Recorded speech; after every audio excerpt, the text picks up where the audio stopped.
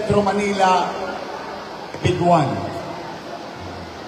Alam niyo na may ibig sabihin na Big One?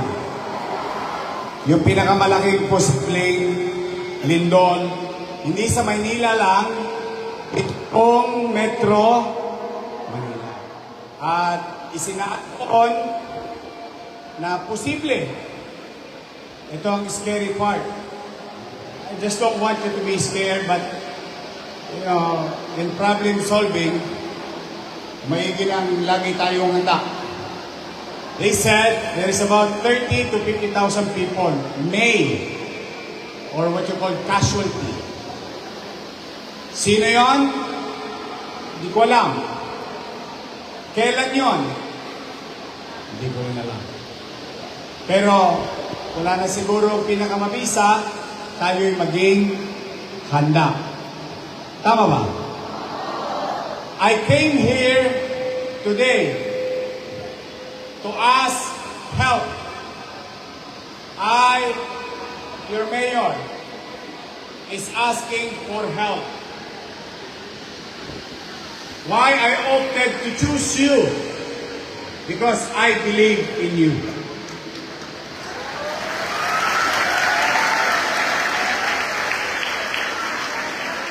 Pinili ko with the limited resources.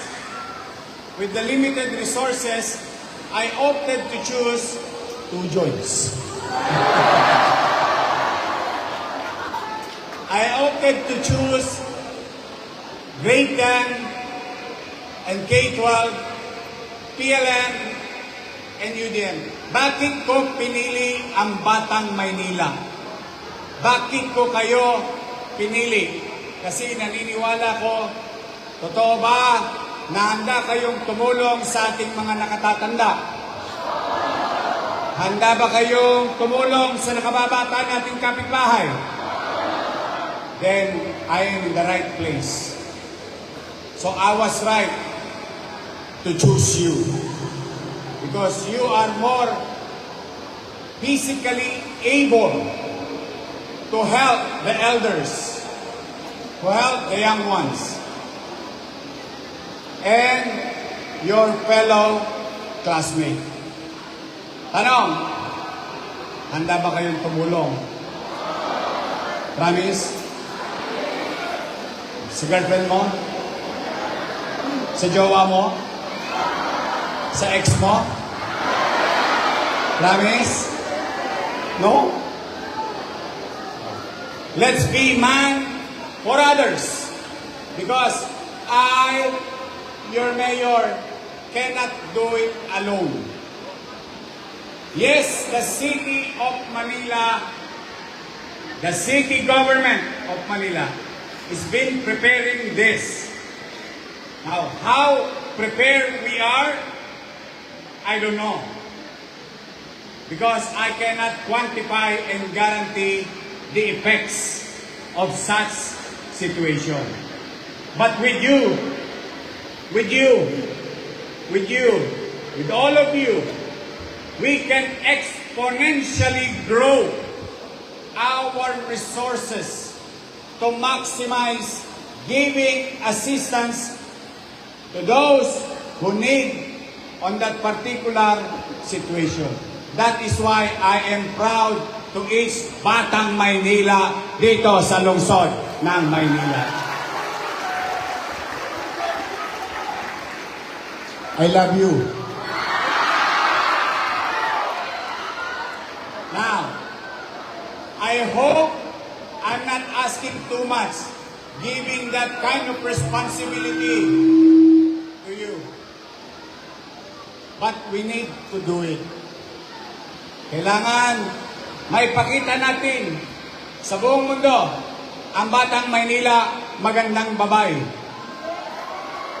magandang lalaki, may pagmamalasakit sa kapwa. Kaya ba natin ipakita yon? Then, spare to me your few minutes of your internet or online time. Your few minutes of your data.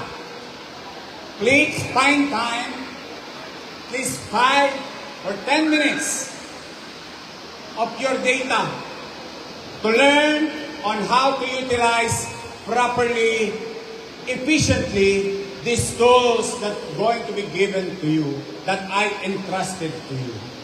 Naniniwala ko, mas kakapit sa edad ninyo yung matututunan nyo at hindi nyo kagad ito'y makakaligtaan. At magagamit nyo sa peligro di ora. Can I have your 5 minutes of your data? Okay lang? Huwag kayo mag-alala. May sukli yun. May sukli yun. Hindi pa kayo kumain, di ba?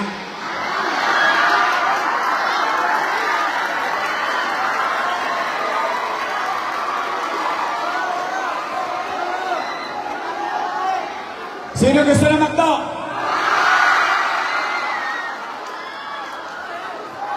Gusto niyo magto? Big Mac! Promise! Tomorrow, I will bring you Big Mac. Sa pang-umaga at saka sa panghapon, pati sa mga teacher ninyo.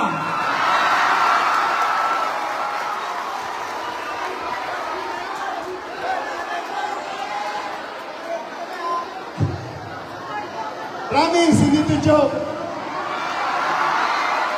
You'll see tomorrow. Kaya, huwag nyo nang toss kasi yung chape, yung baon, pipirin nyo na. Patatala ko kayo ng Big Mac lahat.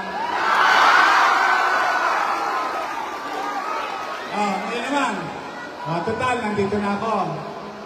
And I take this opportunity, to remind whoever is listening. Maybe some of you merong economic challenges or emotional challenges nowadays. For example, hindi ka pinapansin ng crush mo. Di ba sakit? Laga. Nung araw, pipiso na lang ang baon ko. Piso, mabigat ang piso nung araw eh. Piso na lang ang baon ko.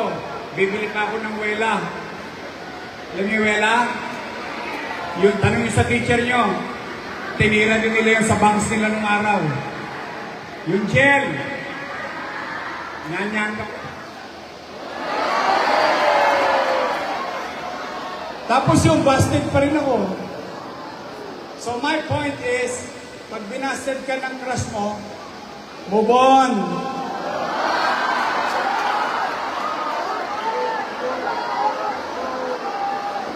Boys, taas ang kamay. Mga boys. There's so many fish in the ocean. Eh, tingnan nyo, ako, 4 na beses na busted. Promise. Kaya yung crush ko, pag nakikita ko, alam mo, sabi ko sa kanya, ako nga pala yung sinain mo.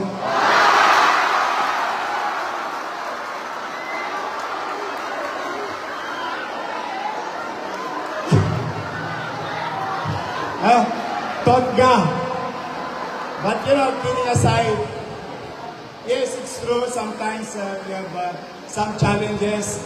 Feeling natin, Sharon Cuneta na tayo. Alam niyo yung gusto yung Sharon Cuneta?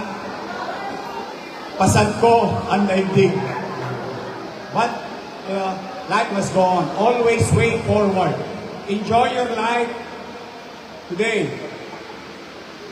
High school is the best academic life experience ng tao. Yan talaga ang pinaka-the best. Diyan yung unang crush, unang busted, unang jowa.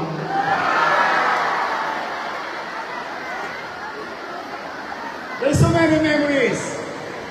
But again, don't lose hope. Especially yung mga bata, minsan, papasok ka sa eskwela, maga-maga, nakikita mo na si Tweety Bird. Kasi nagdidelirio na ang utak mo. Dahil wala kang chicha, wala kang almusal, wala kang baon. Life must go on. We must excel from our field of undertaking. You must ask yourself this question: who am I today? Where am I today? I am a student. I'm going to excel as a student today.